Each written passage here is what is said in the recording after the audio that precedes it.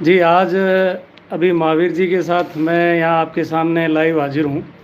और जैसा कि आप सभी को पता है कि आज जो अपने विमलेश कुमार सहित 150 लगभग पिटिशन्स थी, जिन पर आज अपने फाइनल उस पर डिसीजन आया, जो कि पीटीआई भर्ती से संबंधित थी। आपको पता है कि काफ़ी लंबे समय से चल रही थी। तो उसमें आज जो सुनवाई हुई, उस सुनवाई के अंदर जितने भी हमारे एडवोकेट पैनल्स के जो सीनियर एडवोकेट्स थे, उन्होंने डिमांड की कि भाई, एक जो आप हमेशा एक्सपर्ट कमेटी की बात करते हो, तो एक बार एक्सपर्ट कमेटी है कि क्या अपन उसके बारे में भी हमें बता दो कि एक्सपर्ट पैनल कौन सा है, क्या वो योग्य है या नहीं है। अगर अगर संभव हो सके तो आप एक इंडिपेंडेंट एक्सपर्ट कमेटी गठित करो, जो कि पहले बोर्ड की नहीं हो, ताकि कम से कम बच्चों की जो ये आजकल हर भर्ती के अंदर जितनी भी आपत्तियां आ रही है, कम से कम उनका निस्तारण तो हो सके समय पर। नहीं तो कोर्ट में केस आते हैं, लंबे मैटर्स चलते रहते हैं। तो उसी संबंध में एक अरविंद कुमार केस को भी रेफरेंस में लेके मेरे एक सीनियर अधिवक्ता थे, उन्होंने कहा कि सर, अरविंद कुमार केस के अंदर ऐसा कहा गया है कि एक्सपर्ट्स कमेटी है जो जो फाइनल रिपोर्ट सबमिट करती है, उस फाइनल रिपोर्ट को आपको ऑनलाइन वेबसाइट पर अपलोड करना चाहिए कि what is the opinion of the experts. और उसके बाद में ये है कि जब फाइनल आर्ग्यूमेंट्स चलने के बाद में जब अंतिम फैसला आया, जैसा कि आप लोगों को पता है कि ऐसा ही एक फैसला हाई कोर्ट प्रिंसिपल सीट जो जोधपुर है वहाँ से ऑलरेडी आ चुका था।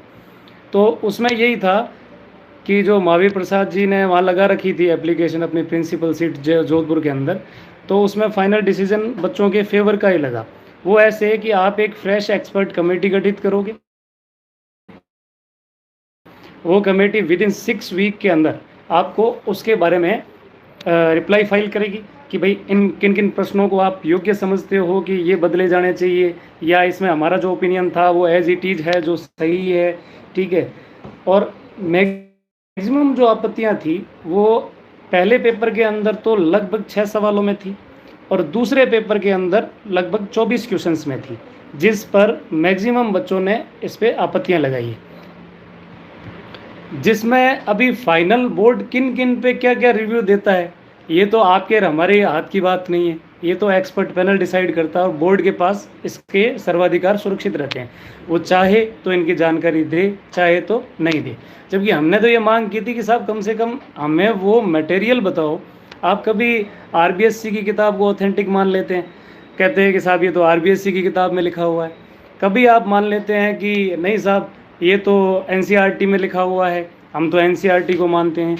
कभी आप ऐसा एक आरपीएससी में कोई केस था, ये आप हालांकि अपने इस भर्ती से इतर बात है, लेकिन आरपीएससी का कोई एक आरएस भर्ती का केस था, जिसमें आरपीएससी ने एक मेरिट पब्लिकेशन की पुस्तक का रेफरेंस दे के कहा कि हमारे एक्सपर्ट्स इसको ऑथेंटिक मानते हैं।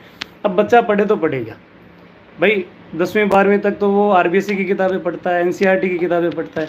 फिर यहाँ के जो एक्सपर्ट्स होते हैं बोले कि हम भाई शीलवंत सिंह की किताब पढ़ रहे हैं, हम हिंदी ग्रंथ अकादमी की किताब पढ़ रहे हैं, अलग अलग तरीके की किताबें अपन पढ़ते हैं, ठीक।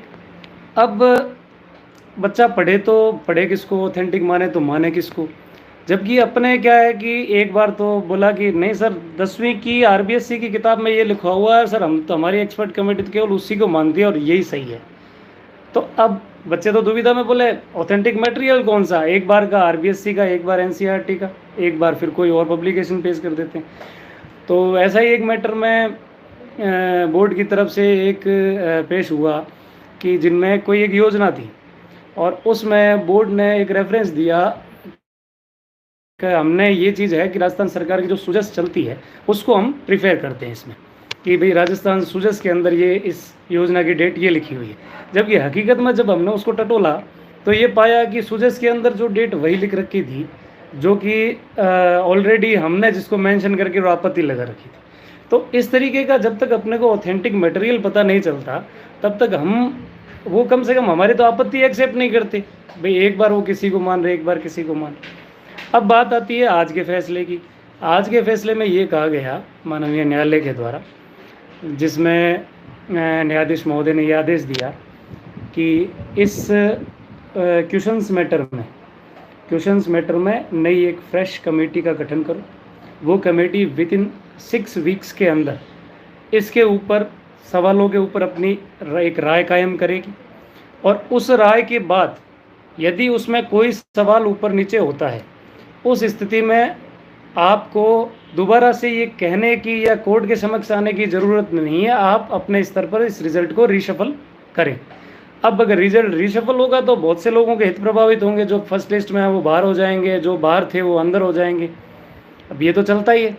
अब इसी बात पे कल जो बेसिक कंप्यूटर अनुदेशक वाली भर्ती में फैसला आया था, उसमें तो उसका मैटर और इसका मैटर थोड़ा सा डिफरेंट इस वजह से पड़ गया कि उसमें 9,800 वैकेंसी में से लगभग 6,500 लोग ऑलरेडी अपॉइंटेड हो चुके थे, और इसमें चूंकि एक भी अपॉइंटमेंट नहीं हुआ था, इस वजह से हमें वो लाभ नहीं मिल पाया जो कि बेसिक कंप्यूटर अनुदेशक में हम बच्चों को दिलवाने में सक्षम रहे थे।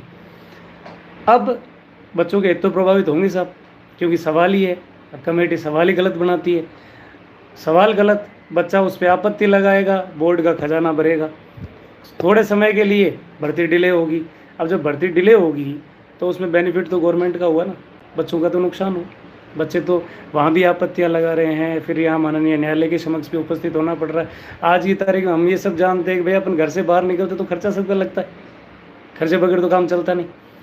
तो मेरी आप लोगों से यही बात है कि आप लोगों ने जो आपत्तियाँ लगाई उनका निस्तारण 4 से 6 सप्ताह, अप्रोक्सीमेट 6 वीक्स, इनके अंदर इसका निस्तारण करके, और जो फ्रेश एक्सपर्ट कमेटी है वो इस पर फाइनल अपनी रिपोर्ट सबमिट करेगी।